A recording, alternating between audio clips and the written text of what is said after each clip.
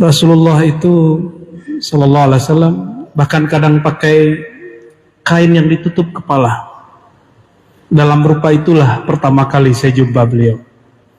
Pakai serban warna hijau, duduk seperti begini. Saya merasa di sampingnya semuanya hijau. Kapan itu terjadi?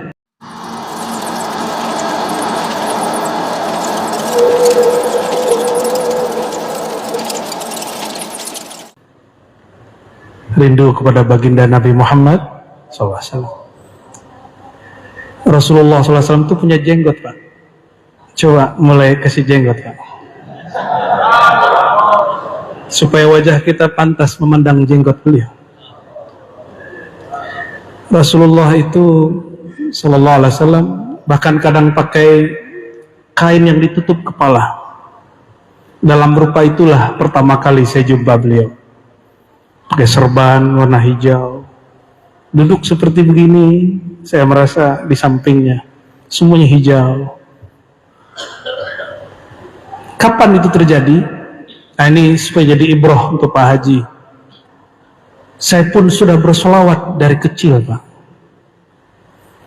Kami baru 2009 itu saya biasa punya amalan sebelum Jumat, menyapa baginda Rasulullah SAW mulai dari jam 10.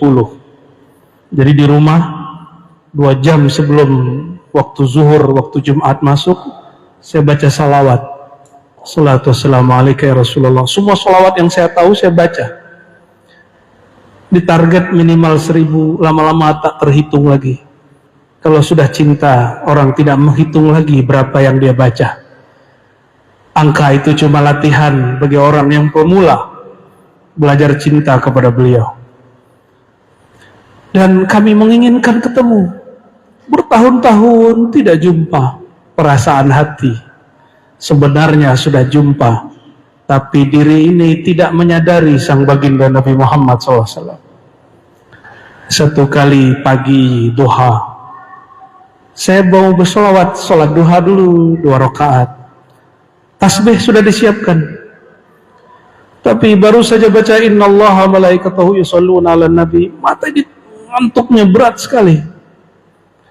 Yang tadinya mau baca sholawat, saya tertidur di atas sajadah dengan adab-adab tidurnya baginda Nabi Muhammad SAW. Itu jam 10 sebelum Jumat. Itu hari saya tidak pernah lupakan sampai mati, ya. Bukan lagi saya yang membaca salam, tapi beliaulah yang menyapa. Sallallahu Alaihi Wasallam. Ya. Tapi saya tidak boleh menyampaikan apa rahasia yang saya dengar, karena itu sir saya dengan beliau. Jadi boleh menceritakan mimpi, tapi rahasianya hanya diceritakan kepada orang yang sanggup menerimanya. Maka itu saya hanya ceritakan kepada murid-murid saya yang sudah lama ngaji, apa yang beliau kalamkan kepada kami. Ya. Rasulullah SAW lebih tinggi dari para syuhada atau lebih rendah? Lebih tinggi atau lebih rendah dari syuhada? Para syuhada haram dikatakan mati.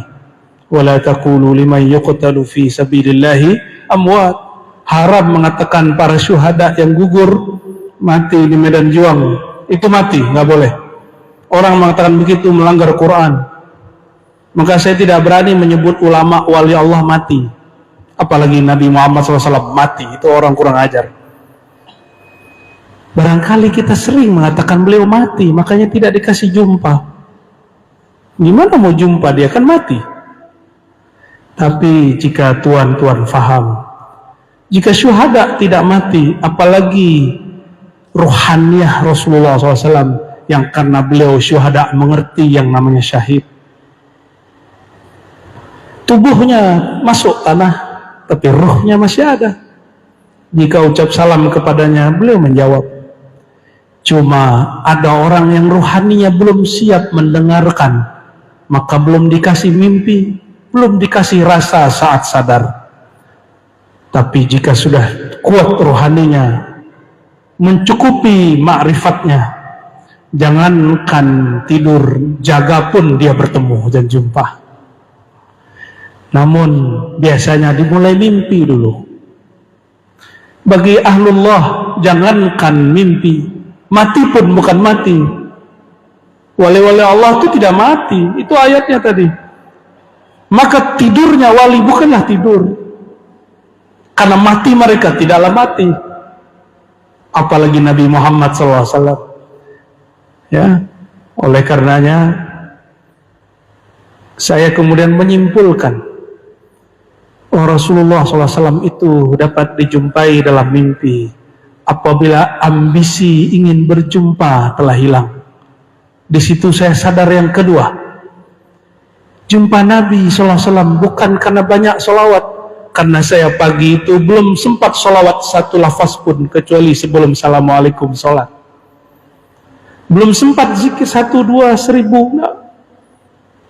Tapi Rasulullah SAW ingin ajari saya sesuatu. Apa itu? Aku jumpa engkau, engkau jumpa aku, bukan karena salawatmu, tapi karena Allah ingin ngasih hadiahmu. Maka kalau guru mengatakan baca salawat ini nanti jumpa Nabi, maksudnya nanti salawat itu akan mengajarkan engkau bahwa berjumpa Nabi bukan karena engkau banyak salawat, tapi karena Allah ingin memberimu hadiah. Yang pantas diberi hadiah, hadiah itu untuk orang yang tinggi atau orang yang punya sesuatu kemuliaan. Adakah kemuliaan nama beliau di dalam dada ini? Adakah kemuliaan cinta beliau di dalam jiwa ini? Al-mar'u ma'aman ahabba. Seseorang bersama yang dia cinta. Jika sudah mulai tumbuh rasa cinta, barulah dikasih hadiah. Maka sholawat itu belajar cinta. Kalau sudah cinta, tidak perlu mimpi, dalam jaga pun berjumpa. Ya, nanti ada caranya Pak, berjumpa lagi jaga. Nggak perlu pakai merem-merem Mbak, ketemu. Nggak perlu pakai ilmu hakikat-hakikat. Ya, itu rahasia Pak. Ya, tapi bukan berarti Rasulullah kita bilang jalan-jalan di muka bumi, tidak. Tidak ada di alam semesta ini kecuali di situ ada nur baginda Nabi Muhammad SAW. Maka orang yang sudah kenal nurnya tidak minta lagi jumpa kepadanya, karena dia jumpa setiap detik. Dia melihat bekas beliau setiap saat. Jadi merindukan Nabi SAW wajib, tapi menyadari hakikat beliau lebih wajib. Ya, terusin Pak sholawatnya, terusin. Mulai masuk masjid tangan kaki kanan. Setiap hari mulai dari pagi sampai tidur sunnah Nabi dipakai. Sampai menjadi alam bawah sadar kita ikut sunnah Nabi. Maka baca Syama'il Nabawiyah itu sudah benar. Lama-lama kita menyatu dengan akhlak Nabi, barulah pantas berjumpa dengan sang Nabi Muhammad Sallallahu Alaihi Wasallam. Gitu Pak Haji ya? Cukup ya? Tadi yang kedua apa? Pak Saharudin, matilah sebelum mati, bungkus dirimu bukan dengan kain kafan, tanamlah dirimu bukan di tanah. Itu 3 semester Pak. 1 semester 16 pertemuan ya, 3 kali 16 pertemuan itu ya. Tapi ada cara ringkasnya. Mau cara ringkas tak? Mau. Tapi yang ringkas pun ini saya ringkas lagi. Ya. Matikan dirimu sebelum mati. Mati itu tiada. Mati itu tiadakan dirimu. Tiadakan. Maksudnya gimana? Apabila dapat satu nikmat, katakan ya Allah, ini bukan karena hebatku, ini karena hebat Engkau. Apabila kita berjasa, katakan ya Allah, ini karena keutamaanmu, Engkau libatkan aku dalam jasa ini, program ini. Jangan pandang diri. Selama engkau memandang dirimu, Allah tidak pandang engkau, karena engkau menyekutukan dirimu dengan Allah. Jadi jangan lagi pandang diri. Tapi bukan berarti diri kita ini Allah. Kan diri tiada. Berarti diri ini bukan Allah. Tidak seperti orang salah paham. Hakikat Melayu, hakikat Nusantara ini banyak yang salah terjemah. Maklum bahasa Arab kurang. Ketika mengatakan tiadalah diriku kecuali Allah, dia mengira dirinya Allah. Padahal maksud dari bahasa Arabnya tidak begitu. Tiadalah diriku, binasalah diriku, yang hanya ada Allah. Jika aku ada, aku diadakan Allah. Makanya adaku berpaut dengan adanya Allah. Bukan aku ini Allah. Nah itu karena belajar hakikatnya lewat buku atau belajar hakikatnya di warung, bukan dari qalbu kekasih Allah Subhanahu wa ta'ala. Siapa makhluk paling kenal Allah? Siapa? Rasulullah SAW. Pernahkah Rasulullah mengatakan zatku zat Allah? Tidak ada. Sifatku sifat Allah? Enggak. Yang beliau katakan, tiadalah aku, binasalah aku, segala selain Allah binasa. Hadis Sahih Bukhari, Rasulullah berkalam, sebaik-baik syair ungkapan adalah ungkapan Labid. Apa kata Labid? Ala ma khalallahu batila. Selain Allah, wahai Tuhan, semuanya tiada. Bukan kemudian menjadikan diri kita diri Allah. Itu marifat syaitan. Saya paling mudah Pak melihat orang kena marifat setan, itu paling mudah. Kelihatan di wajahnya. Insya Allah di sini semoga tidak ada ya. Ada yang hampir tadi itu ya. Kemana-mana kami pergi, ada aja kelompok yang nyempil 1-2 kelompok begitu. Jadi ada satu kelompok datang kepada saya. Apa kata dia? Razi, tak ada, dia panggil Ustadz Pak. Ya nggak apa-apa, dia nggak panggil Ustadz, panggil dokter lah, ya kan? Saya sekolah lama kok ya. Oke, nggak panggil dokter juga, nggak panggil abang lah, bang, mas. Ini nggak ada, panggil Razi. Saya tidak mau tanya, saya cuma mau konfirmasi.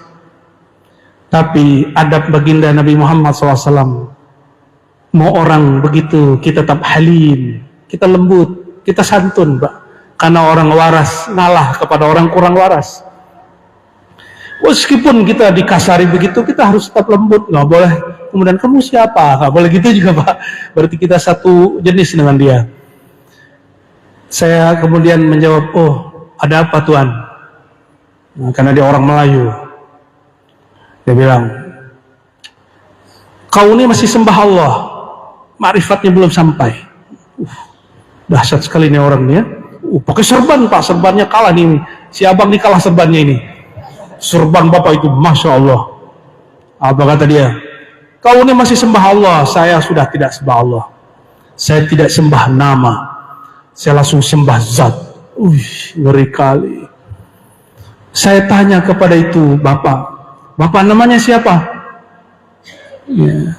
Jadi kalau ada orang begitu, jangan kemudian kita debat, kita tanya aja Pak. Dia sebutlah namaku Haji Fulan.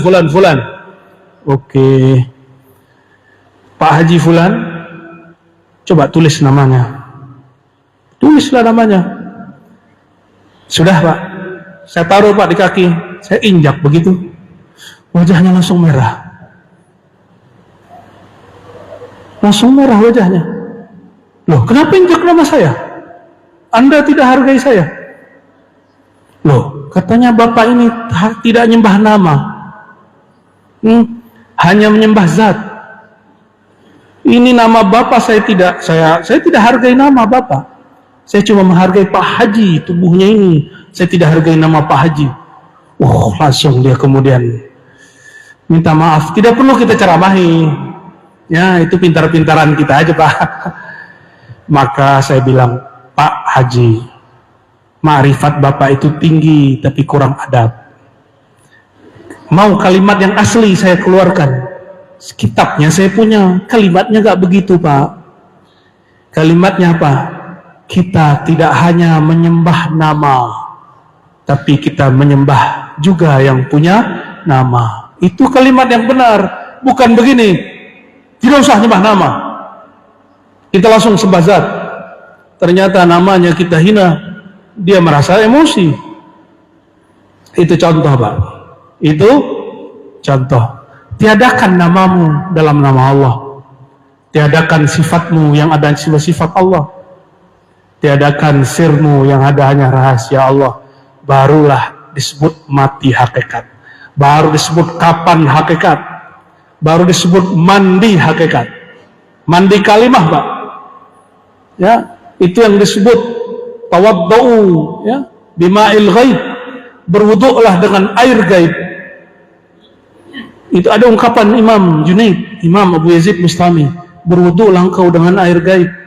Maksudnya, jika engkau berwuduk dengan air, jangan hanya dengan air, tapi bawakan hakikatnya air. Air membersihkan hadas yang zahir, maka berwuduk, iktikadkan Allah bersihkan syirik khafimu, syirik tersembunyimu.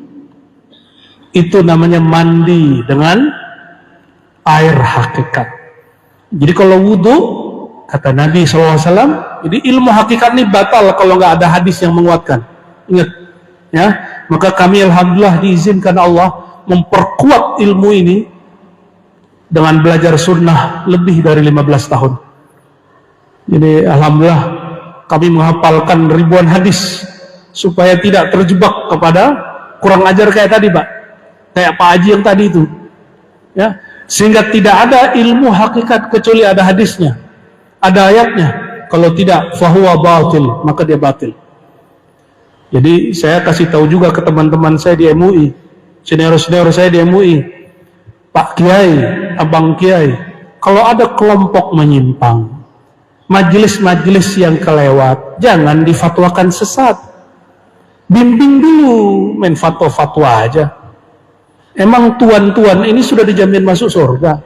Emang tuan-tuan ini sudah benar berakidah kepada Allah? Ya, enggak juga kan?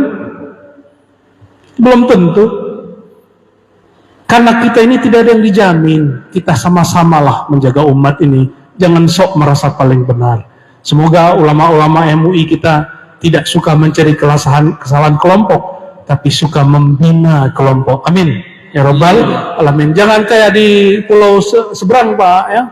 Ada kelompok sendiri, kelompok cari kesalahannya, difatwakan sesat. Nggak begitu. Saudara sama saudara nggak begitu, ya. Orang hakikat itu orang negeri kita ini suka belajar hakikat. Itu sebabnya negeri ini diberkahi, disiapkan buminya subur, perut buminya berkah. Kenapa? Di sini ada orang-orang mengerti syariat, paham hakikat. Bumi itu hakikat. Lebih mulia langit apa bumi, Pak? Lebih mulia langit apa bumi? Kenapa? Hah? Makhluk paling mulia di bumi atau di langit? Di bumi. Siapa? Ya. Ya, Sayyidina Jibril di langit, Sayyidina Nabi Muhammad SAW di bumi. Maka bumi ini diberkahi. Bumi ini diberkahi. Nggak ada bumi kiamat langit. Bumi itu penyebab langit masih utuh sampai sekarang. Malaikat masih bisa zikir Pak di atas. Zikir malaikat subhanallah, alhamdulillah, Allah akbar, la ilaha illallah, itu zikir malaikat. Itu malaikat bisa makan. Makannya malaikat zikrullah. Maka saudara-saudaraku yang tidak bisa tenang kecuali zikir pagi sore, sholat, baca Quran, berarti jiwa malaikatnya sudah mulai muncul. Tapi itu yang mengajarkan, yang mempertahankan itu siapa? Makhluk di bumi. Berhenti orang zikir di bumi, malaikat yang di langit berhenti makan. Maka dimanapun makhluk manusia berzikir, yang di bumi, yang di langit berkumpul, apa kata mereka? Halummu ila hajatikum, hai yang di langit, hai yang di bumi, kerubungilah itu majlis. Itu majlis menyebut nama Allah, Tuhan langit dan bumi. Bapak sadar atau tidak, di ke atas ini rame. Ya, untungnya nggak lihat. Kalau lihat kabur. Kita lihat makhluk terbang di atas pohon pun kita takut, ya. Sahabat-sahabat lihat ada awan mengelilingi, lari dia. Maka kita ditutupi melihat alam gaib.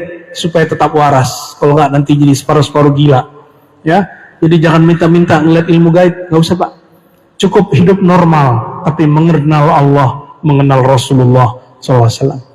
Sudah terjawab semua. Satu lagi, Bu ya. Poin terakhir ini, awaluddin ma'rifatullah. Ya, ini yang nanya Ustadz ini kayaknya ya. Awaluddin, awal agama, mengenal maksudnya.